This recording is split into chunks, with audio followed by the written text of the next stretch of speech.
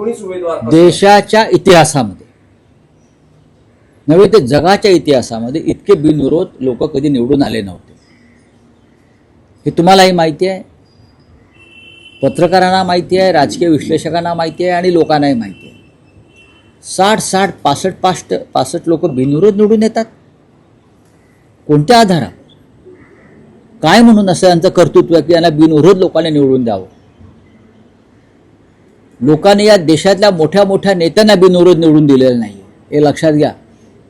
अटल बिहारी वाजपेयी बिनविरोध निवडून आले नाहीत, बॅरिस्टर नाथ पै कधी बिनविरोध निवडून आले नाहीत, वसंतदादा पाटील बिनविरोध निवडून आले नाहीत, राम मनोहर लोहिया बिनविरोध निवडून आले नाहीत, नरेंद्र मोदी बिनविरोध निवडून आले नाहीत. आणि या महाराष्ट्रामध्ये हा जो नवीन ट्रेंड सुरू झाला बिनविरोध निवडून आणण्याचा, साम दाम दंडभेद, जबरदस्तीनं समोरच्या उमेदवारांना माघार घ्यायला लावायची, त्यासाठी निवडणूक यंत्रणा वापरायची, नाहीतर समोरच्या उमेदवारांवरती पैशाचा पाऊस पाडायचा. 5 कोटी 10 कोटी रुपये दिले या बिनविरोध होण्यासाठी आणि उमेदवारांना माघार घेण्यासाठी.